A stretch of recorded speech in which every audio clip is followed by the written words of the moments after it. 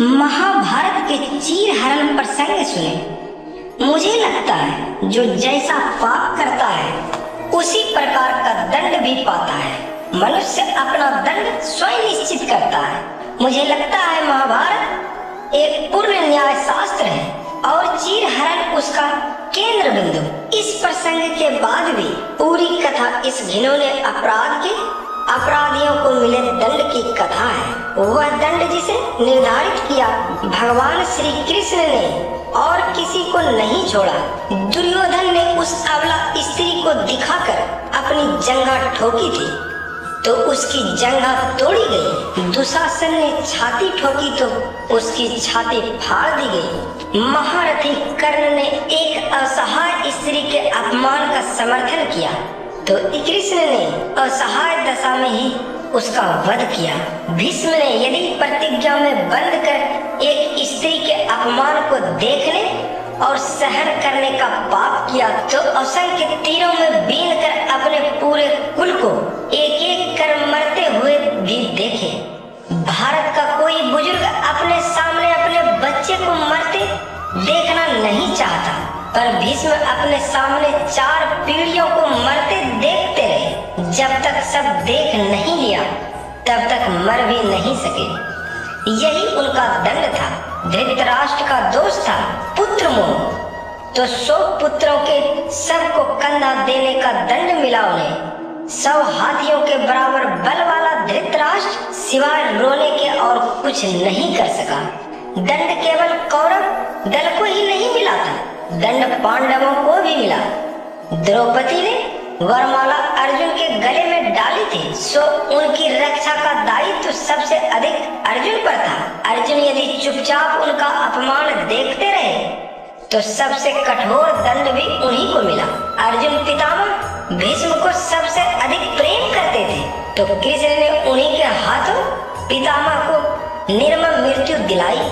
अर्जुन रोते रहे पर तीर चलाते रहे। क्या लगता है अपने ही हाथों अपने अभिभावकों को भाइयों की हत्या करने की ग्लानि से अर्जुन कभी मुक्त हुए होंगे क्या? नहीं, वे जीवन भर तड़पते होंगे। यही उनका दंड था। युधिष्ठिर ने स्त्री को दांव पर लगाया तो उन्हें भी दंड मिला। कठिन से कठिन परिस्थितियों में भी सत्य और धर्म का साथ नहीं छोड़ने वाले युधिष्ठिर ने युद्ध भूमि में झूठ बोला और उसी झूठ के कारण उनके गुरु की हत्या हुई। यह एक झूठ उनके सारे सत्यों पर भारी रहा। धर्मराज के लिए इससे बड़ा दंड क्या होगा? दुर्योधन को गदा युद्ध सिखाया था स्वयं बलराम ने। एक अधर्मी को गदा युद्ध की शिक्षा देने का दंड बलराम को भी मिला। उनके सामने उनके प्रिय दुर्योधन का वध हुआ और वे चाहकर भी कुछ न कर सके। उस युग में 2 योद्धा ऐसे थे जो अकेले सबको दंड दे सकते थे, कृष्ण और बर्बरी। पर कृष्ण ने ऐसे कुकर्मियों के विरुद्ध शस्त्र उठाने तक से इनकार कर दिया और बर्बरी को युद्ध में उतरने से ही रोक दिया।